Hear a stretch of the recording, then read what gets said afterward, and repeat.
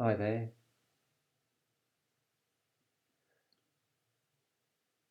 I know I said last time that I wasn't going to do any more videos, but this is my final video.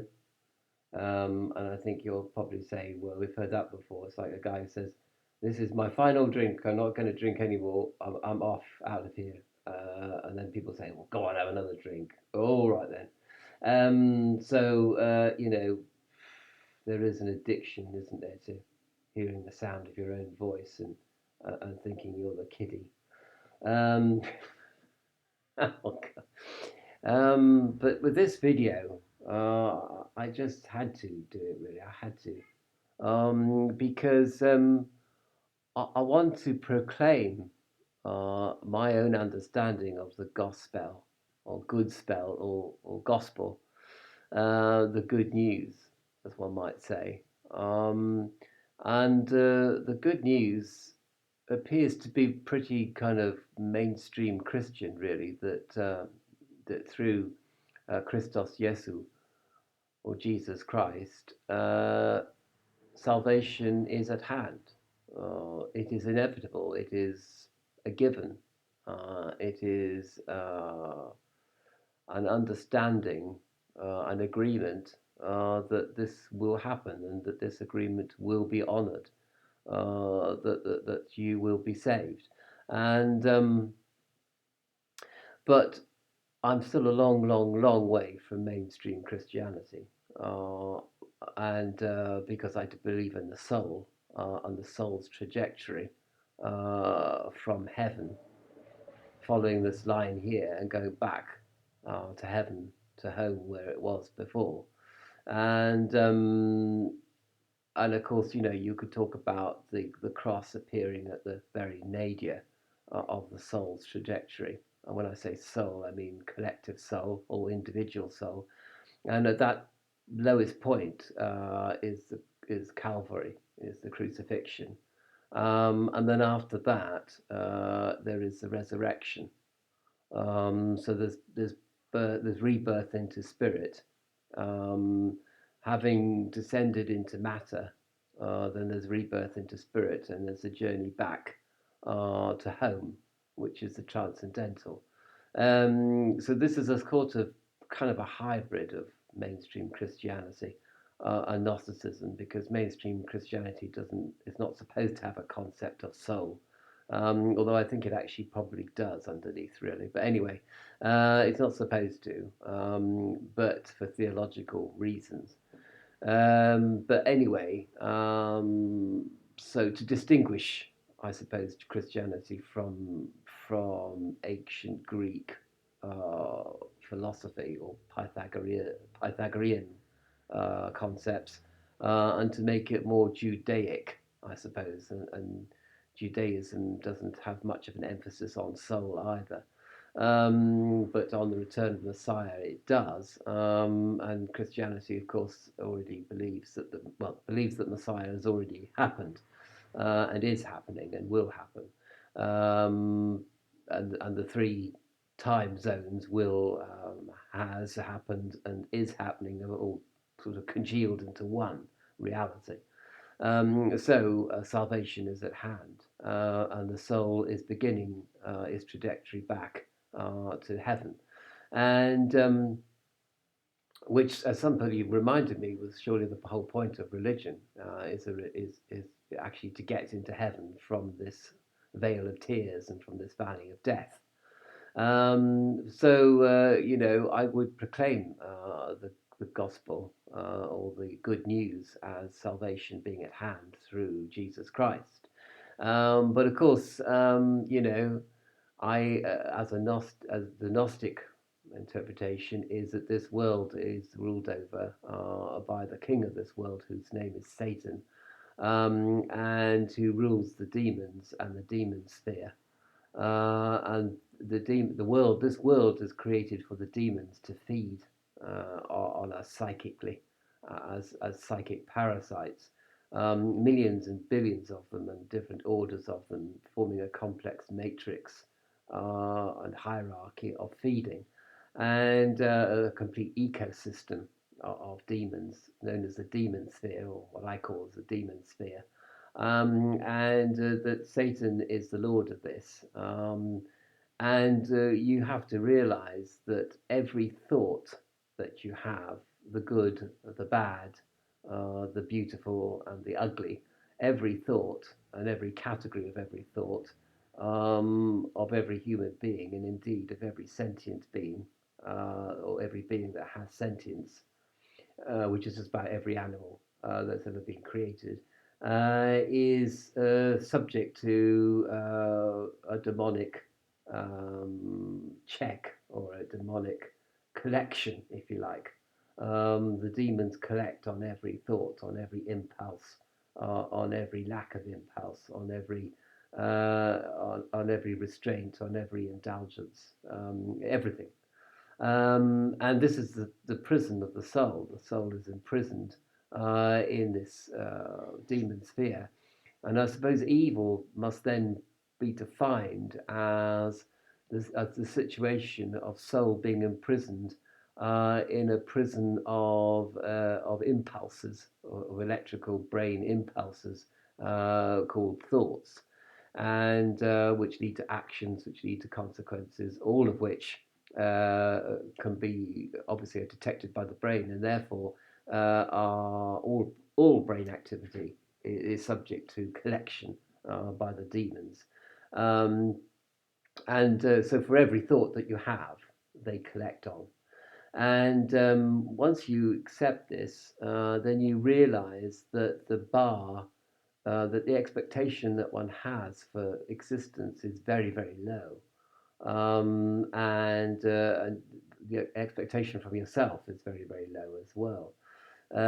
Because the demons, they encourage brain activity, or this world, let us say, encourages brain activity of all millions of different kinds and categories, and all this is the food.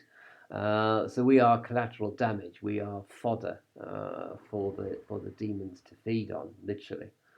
And that, I suppose, is evil, and the good would be freedom from these psychic parasites, or this matrix of psychic parasites which surround us, which imprison us, which is the great ocean in which you and I bathe, or swim, or drown in, only to be resurrected again, resurrected in quotation marks, to drown again in a endless cycle of creation, preservation, and destruction, which is the nature of this world, and the king of this world, the god of this world.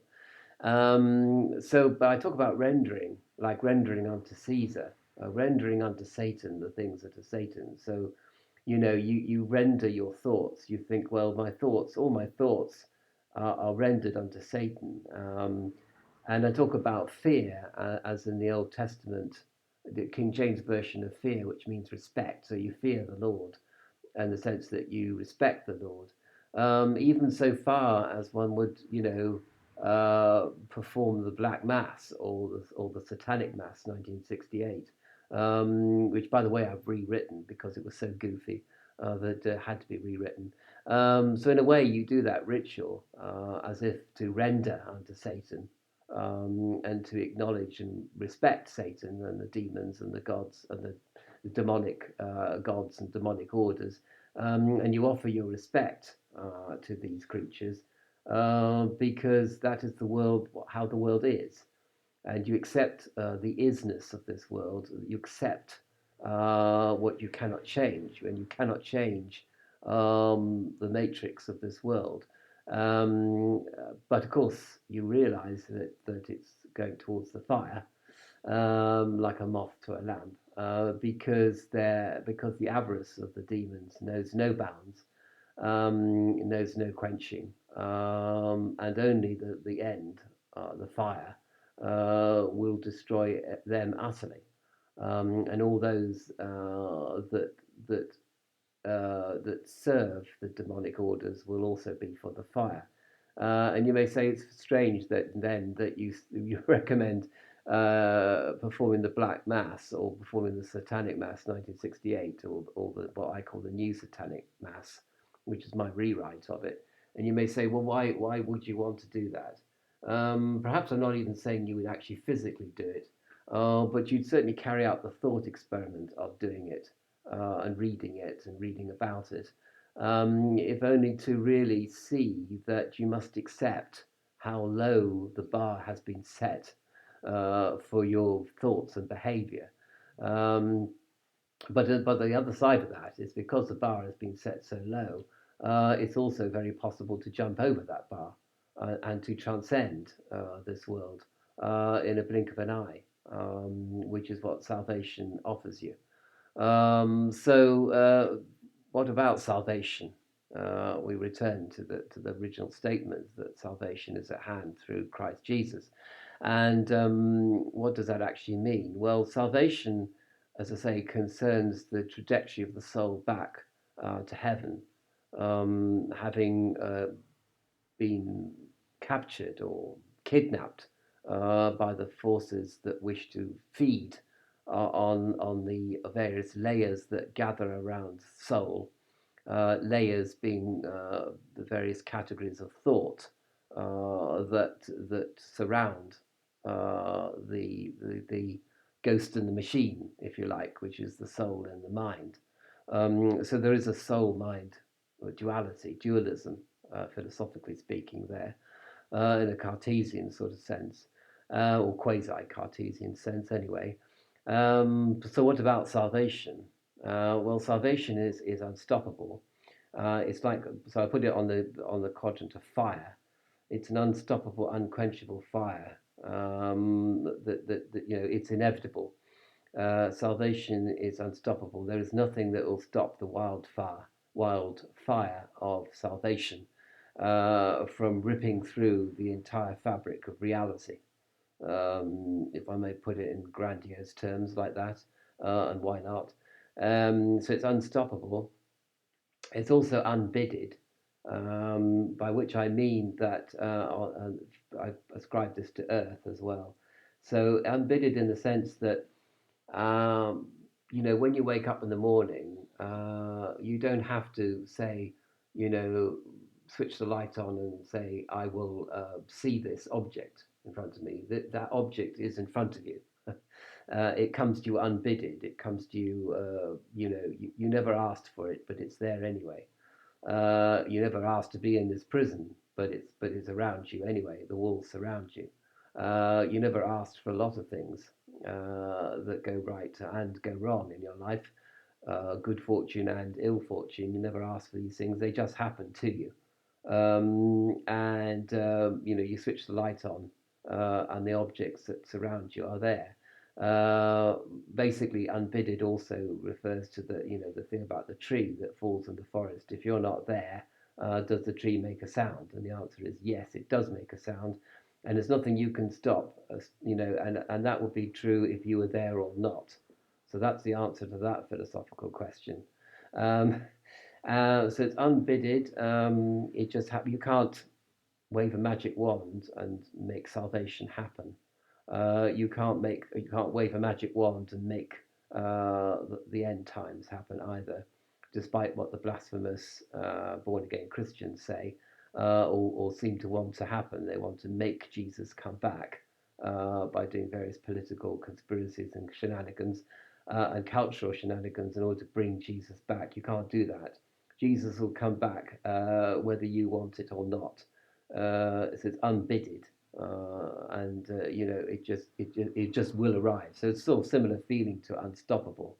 It's an unstoppable reality that will happen because it already has happened, and because it already is happening, and the three time zones have come together. If that makes any sense whatsoever. Um, Finally, thirdly, it's undeserved, which belongs to the water, and undeserved in the sense that we talk about sin, and the idea of sin means to miss the mark, You failed to live up to your potential as a human being by becoming unkind and unbalanced, and attaining imbalance and becoming delusional as well. And I suppose if you do too much metaphysics, you become a bit delusional as well. So you'd be rather careful of metaphysics, as I said to somebody today. Beware of metaphysics because it can be a complete mind trap. So be very careful about taking anything literally either. It's true and it's not true at the same time, if that makes any sense, which it probably hopefully doesn't. Anyway, if it made sense, there'll be a problem, I think, with that. So anyway, you fail to fulfill your potential as a human being, because to be human, to be the hue part of the man, by which I mean woman as well, you have to cultivate kindness. You have to perceive the miraculous. And you have to look at the world and live your life as balanced as you possibly can, recognizing, of course, that whatever thoughts you have, balanced or unbalanced, they are food for the demonic orders, which feed off your electrical psychic energy of your brain. Um, but nevertheless, you can jump over the very low set bar by cultivating kindness and perceiving the miraculous, little and big, and by trying to live and look at the world in a balanced way, and possibly even to look at the world through other people's shoes as well, other people's eyes, or other, and walk with other people's shoes on your feet, even for a tiny little bit, in a tiny way, in order to get this sort of balance, get this idea of seeing all the angles and seeing truth from every angle, as it were, or trying to. So undeserved because we generally don't reach this utopia of kindness or the miraculous or the balanced. We fail to reach that. So we feel sometimes that we are not really deserving of salvation.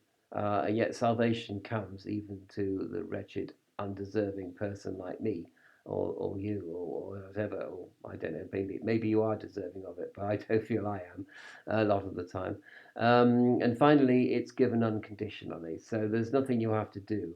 You don't have to do some magic ritual or formula or wave a magic wand or dress up in a robe or sacrifice animals or cattle or bison or you don't have to do anything. You don't have to indulge in superstitious activity in order to get salvation because it's coming to you anyway. Whatever you do, it's coming to you, and it's unconditional. And you could say to the demons and to the Lord of the demons, you could be saved as well, but you know fully that they won't because it's not in their nature. Their nature is to feed and only to feed and never transcend and never look at the world in a different way. But you can transcend because you have soul, and because you do have soul, salvation is at hand.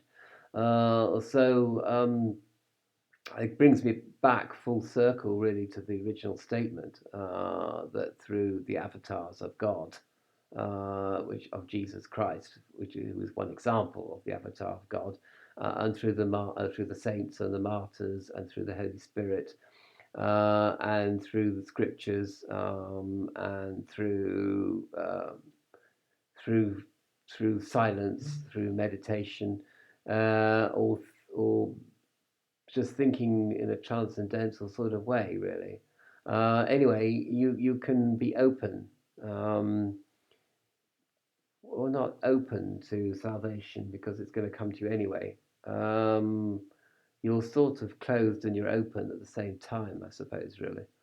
But anyway, I go back to the original good news that salvation is at hand through the avatars of God, through Jesus Christ, through the sacrifice of the avatars, and the ministry of the avatars, and the ministry of the transcendental beings that come through.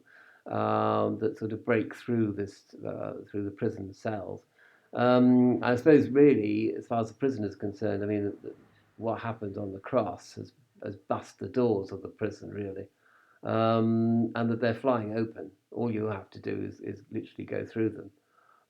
All you have to do is to accept that you are saved and pass out of the prison. But because we're governed by fear and fury and all the other F demons, particularly fear, and we fear the unknown. So so salvation is something unknown, and the transcendental is something unknown. It's the unknown infinite. And people say the devil, better the devil you know than the devil you don't. So we don't know about what transcendence could be, and we are frightened of it because it's unknown, and we're not familiar with transcendence or soul. So we're very frightened of it. So we won't actually pass through the the wall, the doors, even though they're bust open. The doors of the prisons are all flying open, and we just sit here in this prison. But I think I think, but because if you think about it, then you are being fed upon, and or if you don't think about it, you're being fed upon. So we can hardly imagine what it must be like to reach salvation, or soul awareness, or God awareness. We can't really we can't conceive of it or comprehend it. We are the darkness that comprehends not the light or the logos of Christ. But unlike the darkness of the demons that will never comprehend the light, we will by and by comprehend it. And when we do, we will be in possession of this good news, of this gospel, of this of this truth, basically, that salvation is at hand through the avatars of God, through Jesus Christ, being one of the avatars of God. So I kind of started with this statement because it seems to me so very, very simple, really. And I also believe that salvation is wrapped up with the four holy words, I love you, God. And so therefore, you can perceive, you can contemplate the four holy words, I love you, God. And that will give you perhaps a glimpse of what salvation actually is in an experiential kind of way, possibly. So I don't know. I mean, as I say, this channel has always been a think tank for Gnosticism, my interpretation of Gnosticism, which may not be your interpretation, by the way, and that's okay. And my interpretation of Christianity is kind of peculiarly mine as well, I suppose. And and I kind of expressed it. So, but I expressed, people will say to me, "What's salvation anyway?" And it is transcendence. Well, what's transcendence? Well, it is salvation. So we're in a tautology already, because I can't get beyond the terms salvation and transcendence. One term seems to describe the other and goes back again. So I don't know is the answer to it. But I do know that salvation is at hand through Jesus Christ. Is a statement of great power and great hope, and great hope anyway. I'm not sure about power, but great hope. Whereas, of course, rendering unto Satan is kind of the you could say is the opposite. Posio, can't even pronounce it. Is the opposite of that hope. It would be the despair. But in a way, it's also acceptance, really. You just accept the world as it is, and you also accept the world as it will become, or as it's becoming, or as it already has become, in fact. And in Chinese, there's only the present tense, so you can all say that Jesus is here already. Jesus is become, and and it's already happened. So all you have to do basically is become aware of it, aware of the good news that is just sort of here. that's may come to you unbidden. It's unstoppable, it's unconditional, and it's undeserved. And yet, it's here. And so I hope that I can leave this channel now, having sort of put my cards on the table, as it were. Although some people might still be scratching their heads thinking, I don't know what he's talking about, really. And I don't, what's all this about? A lot of people will say, oh my God, this black mass, kind of reference to the black mass or satanic mass, or, what's all that about, really? And yet at the same time accepting Jesus Christ as the path to salvation. How can you have these two things together in a balanced, but hopefully they're in a balanced sort of way.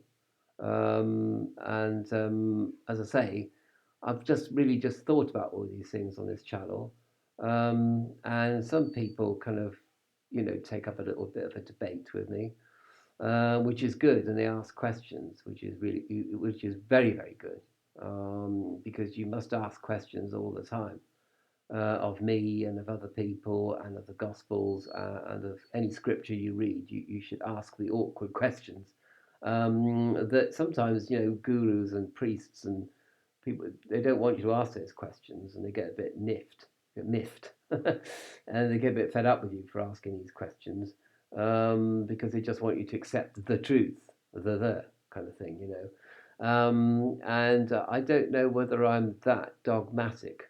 To perfect, I'm quite dogmatic with myself now, because I've kind of reached a sort of an end point of understanding, in my own journey, as it were. So I can be dogmatic with myself, but I can't be dogmatic with you. People will listen to this now and in the future, if YouTube has a future, which I'm not sure it does. But anyway, whatever comes along after YouTube, let us say, and if these videos happen to find themselves on a new network somewhere, or just simply remain sort of bobbing around on the ethereal ocean, um, then that's fine. What will be, kind of thing. So I never know how to finish a video, and I always feel that there's so much more to say, but in a way there isn't more to say, other than the central statement with which I started this video. There isn't any more to say than salvation is at hand. That's all you could basically say, and everything else will just have to take care of itself, really, as best it can. And so thank you very much for watching these videos on this channel. And I think that one must let go of things, as well.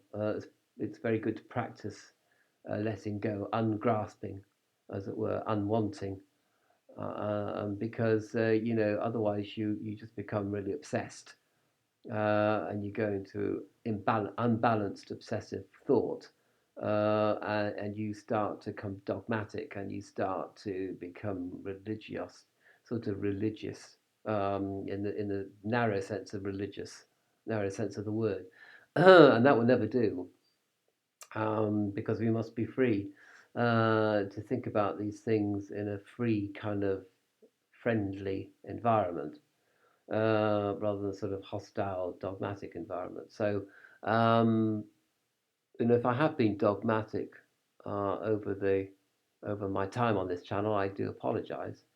I don't mean to be, but sometimes you have to be dogmatic in order to knock a dogma down, really, which other people do quite successfully sometimes through their questioning. So basically, I would leave you with the advice to question everything. That's my sort of final piece of advice: is to keep on questioning. The question mark, never ends, really, whilst you're kind of thinking like a human being. But then sometimes you might come across the exclamation mark, which is like, oh yeah, that's the truth. So you go from question to exclamation, exclamation, and you exclaim salvation is at hand through Jesus Christ, and that's your sort of final end of questioning, as it were, for your own self, but not for other people, obviously. Anyway, the dog wants to go skipping around the garden. Uh, and I also wish you, of course, a very good autumn equinox and peace.